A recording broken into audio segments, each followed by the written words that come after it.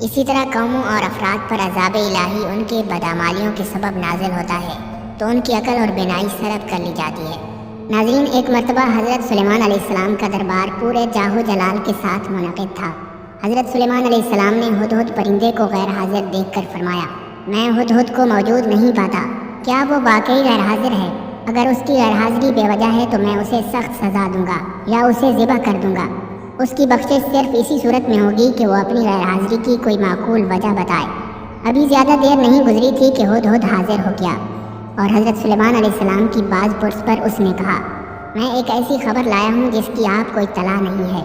وہ خبر یہ ہے کہ یمن کے علاقے میں سبا کی ملکہ رہتی ہے اور خدا نے اسے سب کچھ دے رکھا ہے۔ اس کا تخت سلطنت اپنی فوجوں کے اعتبار سے عظیم الشان ہے۔ ملکہ سبا اور اس کی قوم آفتاب پرست ہیں۔ شیطان نے انہیں گمراہ کر دیا ہے اور وہ اللہ وحدہ لا شریک کی پرستش نہیں کرتے۔ سبا کا دارالخلافہ کارب تھا۔ اس علاقے کے لوگ چشموں پر بند باندھ کر آب پاشی کے لیے استعمال کرتے تھے۔ دارالحکومت میں سب سے بڑا بند سد قارب کے نام سے مشہور تھا، جس کے دونوں طرف پھلوں اور خوشبودار پھولوں کے سرسبز و شاداب باغات تھے۔ اہل سبا کی نافرمانیاں جب بڑھ گئیں تو ان پر عذاب آ گیا۔ سد قارب ٹوٹ گیا، بستیاں اجڑ گئیں، باغات ویران ہو گئے اور اہل سبا منتشر ہو گئے۔ قوم سبا تجارت پیشہ اور مالدار تھی۔ سبا والے مشرک اور بت پرست تھے اور سورج کو سب سے بڑا دیوتا مانتے تھے۔ ہدہد نے اپنی غیر حاضری کی وجہ بیان کی تو حضرت سلیمان علیہ السلام نے کہا، تیرے سچ اور جھوٹ کا امتحان ابھی ہو جائے گا۔ اگر تو سچا ہے تو میرا یہ خط لے جا اور اس کو سبا والوں تک پہنچا دے اور انتظار کر کے وہ اس کے متعلق کیا گفتگو کرتے ہیں۔ ہدہد پرندہ جب خط لے کر پہنچا تو ملکہ سبا آفتاب پرستی کے لیے جا رہی تھی۔ ہدہد نے راستے میں ہی یہ خط ملکہ سبا کے سامنے ڈال دیا۔ ملکہ نے اٹھا کر خط پڑھا اور درباریوں سے کہا کہ ابھی میرے پاس ایک مکتوب آیا ہے جس میں درج ہے، یہ خط سلیمان کی جانب سے ہے اور اللہ کے نام سے شروع ہے جو بڑا مہربان اور رحم کرنے والا ہے۔ تمہیں ہم سے سرکشی اور سربلندی کا اظہار نہیں کرنا چاہیے۔ تم میرے پاس اللہ کی فرما بردار بن کر آ جاؤ۔ ملکہ سبا نے خط کی عبارت پڑھ کر کہا، اے میرے اراکین سلطنت، تم جانتے ہو کہ میں امور سلطنت میں تمہارے مشورے کے بغیر اقدام نہیں کرتی، اس لیے اب تم مشورہ دو کہ مجھے کیا کرنا چاہیے۔ اراکین حکومت نے عرض کیا، جہاں تک مرعوب ہونے کا تعلق ہے اس کی قطعاً ضرورت نہیں، کیونکہ ہم زبردست طاقت اور جنگی قوت کے مالک ہیں۔ رہا مشورے کا معاملہ تو آپ جو چاہیں فیصلہ کریں، ہم آپ کے فرما بردار ہیں۔ ملکہ سبا نے کہا، جس عجیب طریقے سے سلیمان کا پیغام ہم تک پہنچا ہے اس سے واضح ہے کہ وہ ہمیں متوجہ کرنا چاہتا ہے۔ سلیمان کے معاملے میں سوچ سمجھ کر قدم اٹھانا چاہیے۔ میرا ارادہ ہے کہ چند قاصد روانہ کر دوں جو سلیمان کے لیے عمدہ اور بیش قیمت تحائف لے جائیں۔ ملکہ سبا کے قاصد تحائف لے کر حضرت سلیمان علیہ السلام کی خدمت میں حاضر ہوئے تو حضرت سلیمان علیہ السلام نے فرمایا، تم اپنے تحائف واپس لے جاؤ اور اپنی ملکہ سے کہو کہ اگر اس نے میرے پیغام کو قبول نہ کیا تو میں عظیم الشان لشکر کے ساتھ سبا والوں تک پہنچوں گا اور تم اس کی مدافعت اور مقابلے سے عاجز رہو گے۔ قاصد نے واپس آ کر ملکہ سبا کے سامنے صورتحال بیان کر دی اور حضرت سلیمان علیہ السلام کی عظمت و شوکت کا جو منظر دیکھا تھا اسے حرف بحرف سنا دیا۔ قاصد نے بتایا کہ ان کی حکومت صرف انسانوں پر ہی نہیں بلکہ جنات اور حیوانات بھی ان کے تابع اور فرما بردار ہیں۔ ملکہ سبا نے یہ تمام احوال سن کر طے کر لیا کہ حضرت سلیمان علیہ السلام کے سامنے فرما بردار ہو کر حاضر ہو جائے۔ چنانچہ وہ سفر پر روانہ ہو گئی۔ ادھر حضرت سلیمان علیہ السلام کو معلوم ہو گیا کہ ملکہ سبا حاضر خدمت ہو رہی ہے۔ آپ نے اپنے درباریوں کو مخاطب کر کے کہا، میں چاہتا ہوں کہ ملکہ سبا کے یہاں پہنچنے سے پہلے اس کا شاہی تخت اس دربار میں موجود ہو۔ ایک جن جس کا نام عفریت تھا کہنے لگا، میں ملکہ سبا کا تخت دربار برخاست کرنے تک لا سکتا ہوں۔ عفریت جن کی بات سن کر ایک صاحب علم کتاب انسان جس کا نام آصف بن برخیہ تھا کہنے لگا، اس سے پہلے کہ آپ کی پلک جھپکے میں ملکہ سبا کا شاہی تخت آپ کی خدمت میں پیش کر سکتا ہوں۔ میرے پاس اللہ کی کتاب کا علم ہے۔ حضرت سلیمان علیہ السلام کی پلک جھپکی تو دیکھا کہ دربار میں ملکہ سبا کا تخت موجود تھا۔ شاہی دربار میں رکھے ہوئے تخت میں حضرت سلیمان علیہ السلام نے تبدیلی کرنے کا حکم صادر فرمایا۔ حضرت سلیمان علیہ السلام نے فرمایا کہ میں دیکھنا چاہتا ہوں کہ ملکہ سبا یہ دیکھ کر حقیقت کی راہ پاتی ہے یا نہیں۔ پھر جب ملکہ سبا حضرت سلیمان علیہ السلام کی خدمت میں حاضر ہوئی تو اس سے پوچھا گیا، کیا تیرا تخت ایسا ہی ہے؟ ملکہ سبا نے جواب دیا، ایسا معلوم ہوتا ہے جیسے وہی ہے۔ ملکہ سبا نے اس کے ساتھ ہی یہ کہا، مجھے آپ کی بے نظیر اور عظیم الشان قوت کا پہلے سے علم ہو چکا ہے، اس لیے میں مطیع اور فرما بردار بن کر حاضر ہوئی ہوں۔ اب تخت کا یہ حیران کن معاملہ تو آپ کی لاسانی طاقت کا مظاہرہ ہے اور یہ ہماری اطاعت کے لیے تازیانہ ہے، اس لیے ہم آپ سے فرما برداری کا اظہار کرتے ہیں۔ حضرت سلیمان علیہ السلام نے جنات اور انسان فنکاروں کی مدد سے ایک عالیشان محل تعمیر کروایا تھا جو آبگینوں کی چمک، رنگوں کی دمک، پتھروں کی رفت اور عجیب و غریب دستکاری کی وجہ سے بے مثال تھا۔ اس میں داخل ہونے کے لیے صحن سے گزرنا پڑتا تھا۔ صحن کی جگہ ایک بڑا حوض کھدوا کر پانی سے لبریز کر دیا گیا۔ حوض میں پانی کی طرح شفاف آبگینوں اور بلوروں کے ٹکڑوں سے ایسا نفیس فرش بنوایا کہ دیکھنے والے کی نگاہ دھوکہ کھا کر یقین کر لیتی تھی کہ صحن میں شفاف پانی بہہ رہا ہے۔ ملکہ سبا قصر شاہی میں قیام کے لیے محل کے سامنے پہنچی تو اس نے دیکھا کہ شفاف پانی بہہ رہا ہے۔ پانی میں اترنے کے لیے اس نے کپڑوں کو پنڈلی سے اوپر اٹھا لیا۔ حضرت سلیمان علیہ السلام نے یہ دیکھ کر فرمایا، یہ پانی نہیں ہے بلکہ سارا محل اور اس کا خوبصورت صحن چمکتے ہوئے آبگینوں سے بنایا گیا ہے۔ یہ منظر دیکھ کر ملکہ کی آنکھیں شرم سے جھک گئیں اور اس کے لاشعور میں چھپی ہوئی بڑائی نے ندامت سے سر جھکا لیا۔ ملکہ نے نادم اور شرمسار ہو کر بارگاہ الہی میں اقرار کیا، ماں سوائے اللہ کی پرستش کر کے میں نے اپنے نفس پر بہت بڑا ظلم کیا، مگر اب میں سلیمان کے ساتھ ہو کر صرف ایک خدا پر ایمان لاتی ہوں جو تمام کائنات کا پروردگار ہے۔ ناظرین، اللہ تبارک و تعالیٰ نے ہدہد پرندے کے اندر ایسی خاصیت رکھی ہے کہ وہ زمین کے اندر کی چیزوں اور زمین کے اندر بہنے والے چشموں کو بھی دیکھ لیتا ہے۔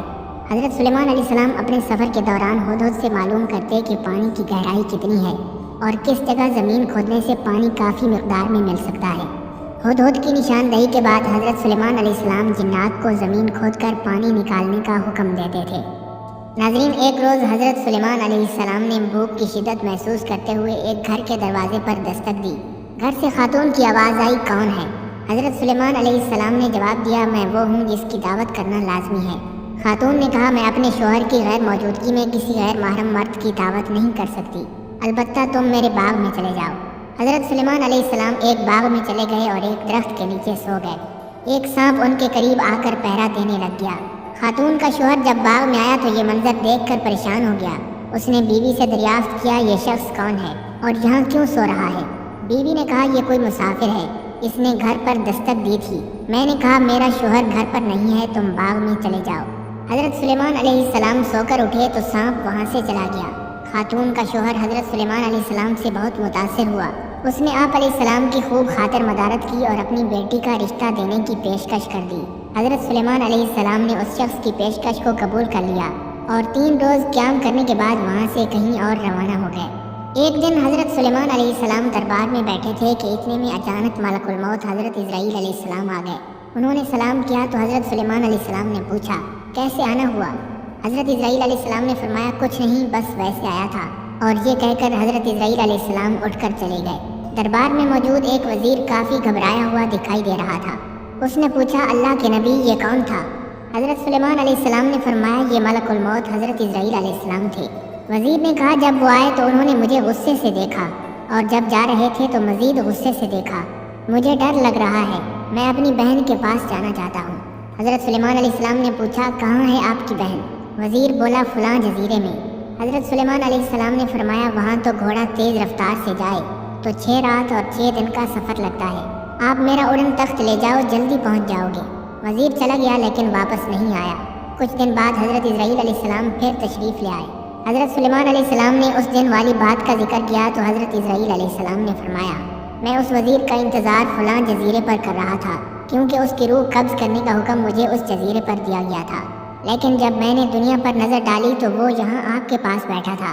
مجھے یہاں آنا پڑا کیونکہ راستہ 6 دن اور رات کے سفر کا تھا، اس کے پاس تو چند ہی وقت تھا، لیکن جب یہاں سے جا کر میں جزیرے پر پہنچا تو آپ کے اڑن تخت پر وہ وزیر پہلے ہی پہنچ گیا تھا اور میں نے وہیں اس کی روح قبض کر لی۔ ناظرین، قرآن مجید میں حضرت سلیمان علیہ السلام کی وفات کا جو واقعہ بیان کیا گیا ہے اس کا حاصل یہ ہے کہ حضرت سلیمان علیہ السلام کے حکم سے جنات ایک عظیم الشان عمارت بنانے میں مصروف تھے کہ حضرت سلیمان علیہ السلام کو پیغام اجل آ گیا، مگر جنات کو آپ علیہ السلام کی موت کی خبر نہ ہوئی اور وہ اپنے کام میں مصروف رہے۔ حضرت سلیمان علیہ السلام قیام کی حالت میں کھڑے رہے اور یوں بیت المقدس کی تعمیر کا کام ہوتا رہا۔ بالآخر اللہ تعالیٰ کے حکم سے دیمک نے ان کی لاٹھی کو چاٹ کر اس کا توازن خراب کر دیا، جس پر حضرت سلیمان علیہ السلام ٹیک لگائے کھڑے تھے۔ لاٹھی ٹوٹنے سے حضرت سلیمان علیہ السلام گر گئے۔ پھر جنات کو معلوم ہوا کہ حضرت سلیمان علیہ السلام کا انتقال ہو چکا ہے۔ جنات کہنے لگے، افسوس کہ ہم معلوم نہ کر سکے، کاش ہم بھی علم غیب رکھتے تو اتنے عرصے تک اس محنت و مشقت میں نہ پڑے رہتے جس میں حضرت سلیمان علیہ السلام کے خوف میں مبتلا رہے۔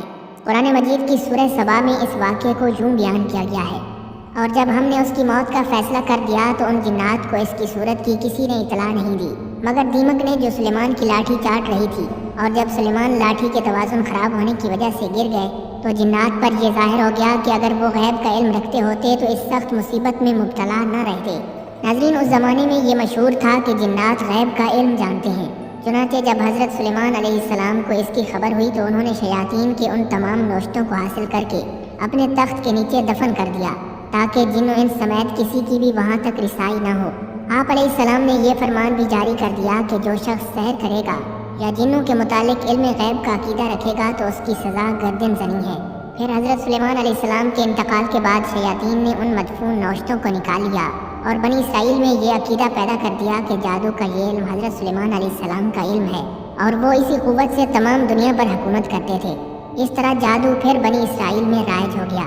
ناظرین، حضرت سلیمان علیہ السلام کے لیے ہوا کو مسخر اور ان کے حکم کے تابع بنا دیا گیا۔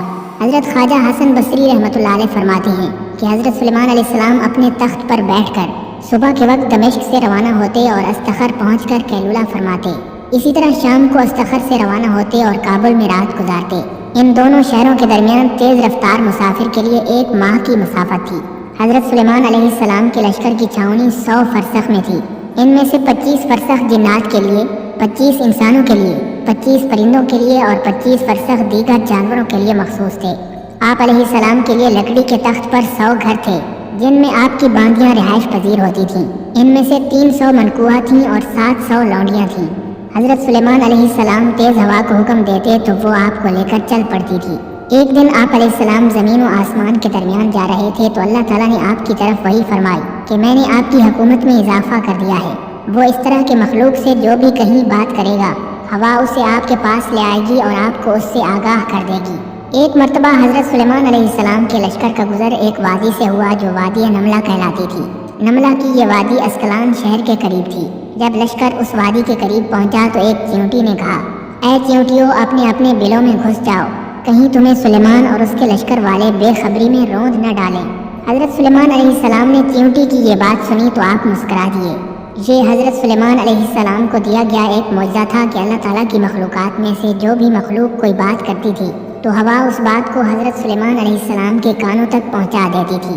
حضرت سلیمان علیہ السلام نے چیونٹی کی بات کو 3 میل کی مسافت سے سن لیا تھا۔ آپ علیہ السلام نے فرمایا کہ چیونٹی کو میرے پاس لاؤ، چنانچہ چیونٹی کو حاضر کیا گیا۔ حضرت سلیمان علیہ السلام نے فرمایا، اے چیونٹی، کیا تجھے معلوم نہیں تھا کہ میرا لشکر کسی پر ظلم و ستم نہیں کرتا؟ چیونٹی بولی، بے شک میرا عقیدہ یہی ہے کہ آپ کا لشکر ظلم و ستم نہیں کرتا، لیکن چونکہ میں ان سب کی سردار ہوں اس لیے میرا فرض منصبی تھا کہ میں انہیں ہر نشیب و فراز سے آگاہ کر دوں۔ حضرت سلیمان علیہ السلام فرمانے لگے، تیری اس بات سے میرے نزدیک تیری قدر و منزلت بڑھ گئی ہے، لہٰذا میرا جی چاہتا ہے کہ تو مجھے کوئی نصیحت سنائے۔ چیونٹی عرض کرنے لگی کہ آپ کو معلوم ہے کہ آپ کے والد ماجد کا نام داؤد کیوں رکھا گیا تھا؟ حضرت سلیمان علیہ السلام نے فرمایا، مجھے معلوم نہیں۔ چیونٹی کہنے لگی، آپ کے والد ماجد کا نام داؤد اس لیے تھا کہ انہوں نے زخمی دل کا علاج کیا۔ پھر چیونٹی نے سوال کیا کہ اے حضرت سلیمان، کیا آپ کو یہ بھی معلوم ہے کہ آپ کا نام سلیمان کیوں ہے؟ حضرت سلیمان علیہ السلام نے فرمایا، مجھے معلوم نہیں۔ چیونٹی بولی، اس لیے کہ آپ سلیم الصدر اور قلب ہیں، گویا سلیمان علیہ السلام انہی الفاظ کا مخفف ہے۔ ناظرین، تفسیر روح البیان میں علامہ اسماعیل حقی رحمۃ اللہ علیہ نے کشف الاسرار کا حوالہ دیتے ہوئے لکھا ہے کہ حضرت سلیمان علیہ السلام نے چیونٹی سے پوچھا کہ تمہاری سلطنت کا حدود اربع اور تمہارے لشکر کی تعداد کتنی ہے؟ چیونٹی نے عرض کی کہ لشکر کی نگرانی کے لیے میں 4000 کوتوال رکھتی ہوں اور ان میں سے ہر ایک کوتوال کے ماتحت 40,000 نقیب ہیں، ہر ایک نقیب کے تحت 40,000 چیونٹیاں رہتی ہیں۔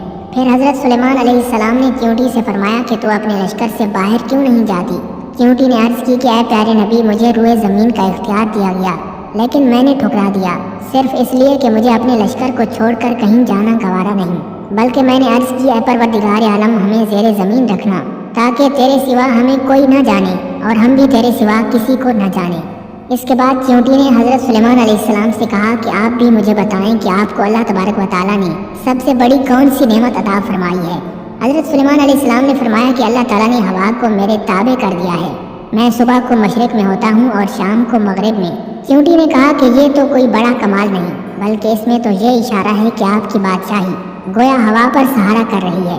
چیونٹی کی بات سن کر حضرت سلیمان علیہ السلام نے اللہ رب العزت کی بارگاہ میں دعا مانگی، اے میرے رب مجھے اس بات کی توفیق دے کہ میں تیری نعمتوں کا شکر ادا کروں جو تو نے مجھ پر فرمائی ہیں۔